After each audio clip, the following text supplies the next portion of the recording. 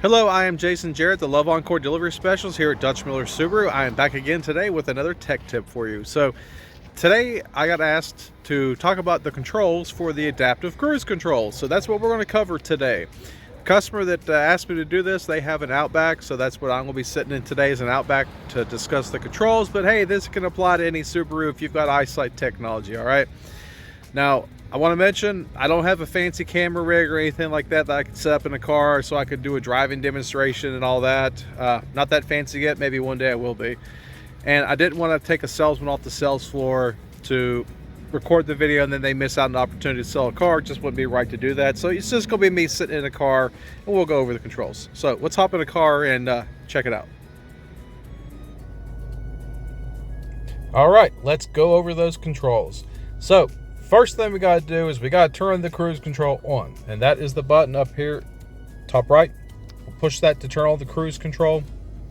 You will see a display right here that has a car. That's how I know the adaptive cruise control has been turned on. Now next, I just want to mention this button right here.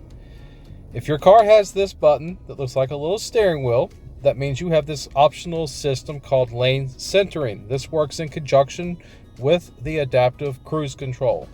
If your button does not look like this, that means you don't have the lane centering, because that would obviously be an older Subaru. This is something you can use with the adaptive cruise control. It is optional. So if I want to use it, I push that, and then up there you'll see the little icon that shows up that matches the button. It says ready. That's how I know it's on.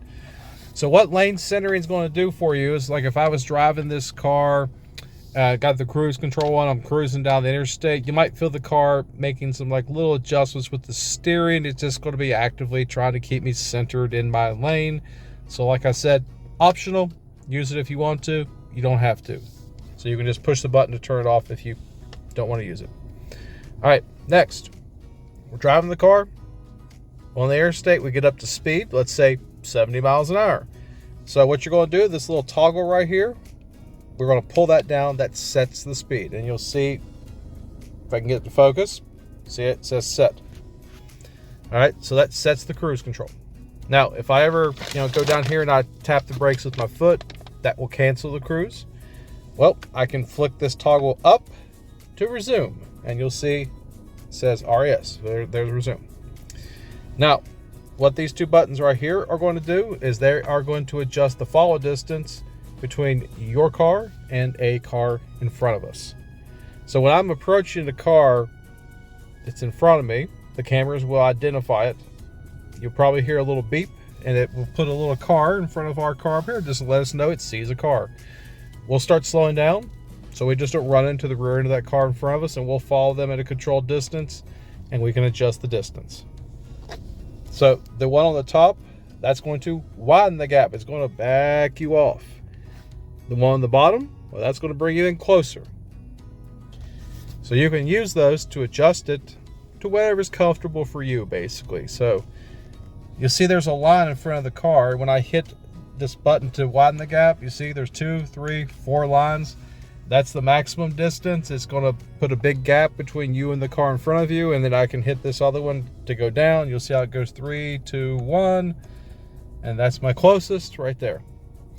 When you're behind a car and you're following them, and let's say they're a slowpoke, when you do the lane change, when the camera's up there, see, hey, it's all clear. Car on its own will then speed back up to whatever you had the cruise set to. Basically, I tell people, all you got to do is turn the cruise on, set it, steer the car. It'll take care of the braking and the accelerating both for you. One last thing to tell you about is that little toggle switch right there. That can also be used to adjust your speed as well. If I give it like a flick up or down, it's 5 miles an hour. It's going to speed you up or slow you down. And if you want to do 1 mile per hour increments, you can do that. Just push and hold the button and release it when you get to where you want it to be, or same thing, pull down and hold it to slow down. Right there, that's how to use the adaptive cruise control. So adaptive cruise control, that's one of my favorite features that Subaru offers with their cars, besides the all-wheel drive, which is just awesome. So like I said, real easy one to show you how to use that adaptive cruise control. So again, thank you so much for watching. I really appreciate that. Like, subscribe, help me grow my YouTube channel. Would really appreciate those things. And heck, share the video if you think it could help out with anyone in their Subaru. And as always, if you have a question about your Subaru, feel free to put a comment in the comment section down below. And who knows, the next time I make a video, it might be on that subject.